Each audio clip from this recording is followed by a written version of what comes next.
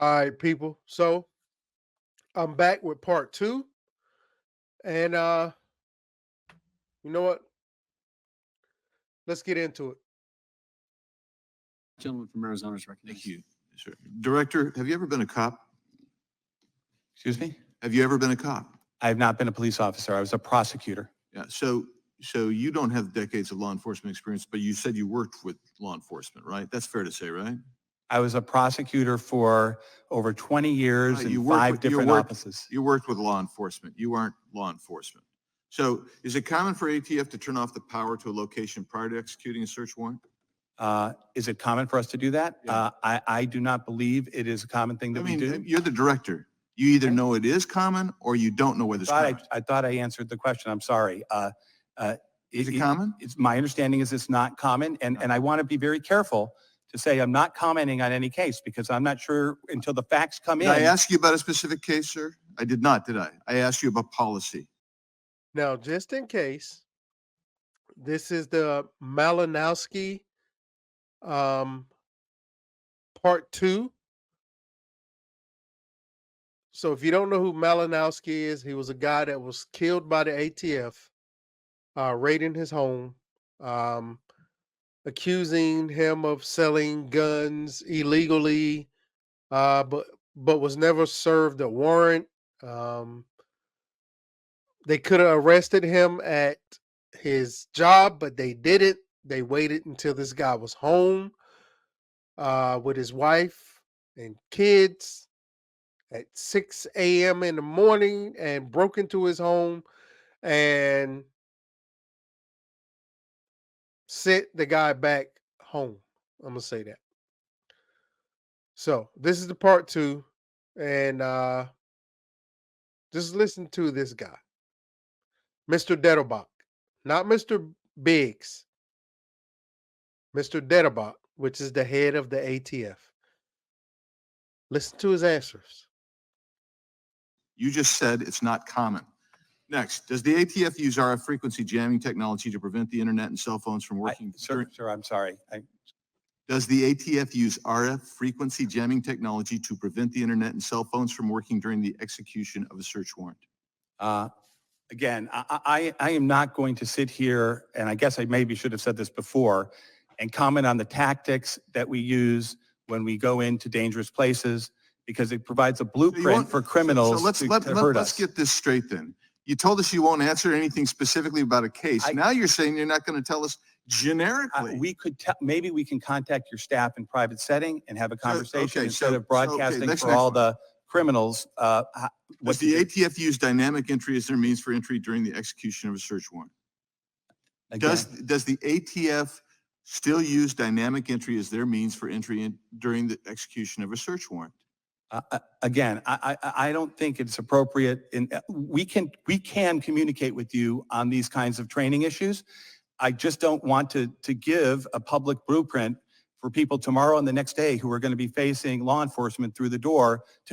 Basically, what he's saying, in my opinion, I don't want the public to know what we did because it was illegal of what he did.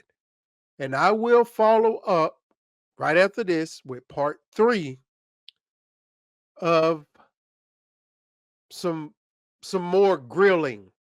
And I want you to put together exactly what happened just by this guy's answers compared to the questions that he was asked.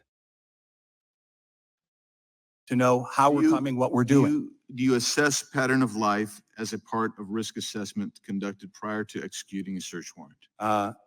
Can you answer I think that that's far enough afield that I could say, depending on the case, we can assess pattern of life at times, of course. Depends on the case, right? Some cases it's appropriate, some cases it's not. These are I don't do this, right? The career law enforcement people, as you pointed out, do this with decades of experience. I don't armchair quarterback them either. But here's the deal. You're the director. And I would expect that you would know what the policy is. And it looks to me, you've convinced me that maybe Mr. Nels was right. I'm not sure that I thought he was right. But you didn't want to tell us specifically about the Malinowski case. I got that. I think it's wrong. I think it's a false narrative. But then when I start asking you about policies, generic policies. Now all of a sudden you don't want to answer those. Mr. So Congress, when you coordinate with local law enforcement you do coordinate with local law enforcement prior to the Now, this part is about the Malinowski raid. execution of a search warrant.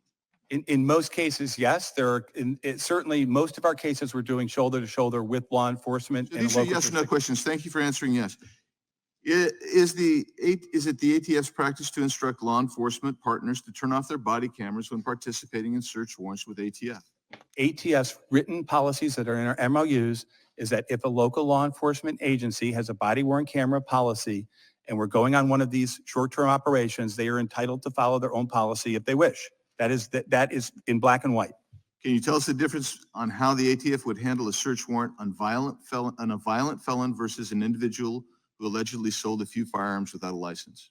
Is there a distinction in your mind? Is that in ATF's approach? In every case, we do risk assessment, and it's dependent upon all the facts and circumstances of any particular matter.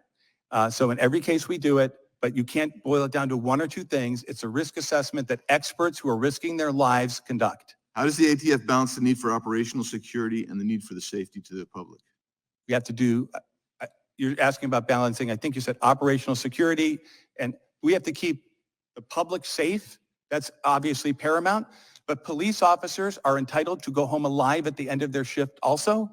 And we also have to make sure that we're doing that as well. You have to do both. So you didn't answer the question. The question presupposed exactly what you just said. We know that you have to balance them. How do you balance it? That's the question. How do you balance them? The answer is both are paramount, and we have to do both in each operation. But I will tell you this. Look, that's enough for this.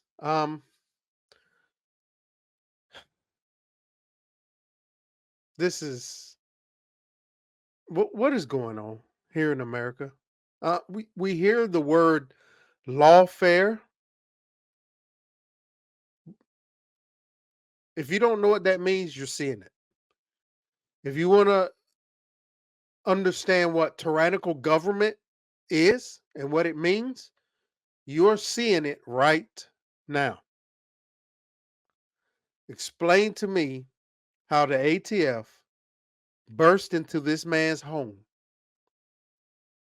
after they covered up the cameras, after they turned their body cams off. 6 o'clock in the morning, kicked this dude's door in and took him out.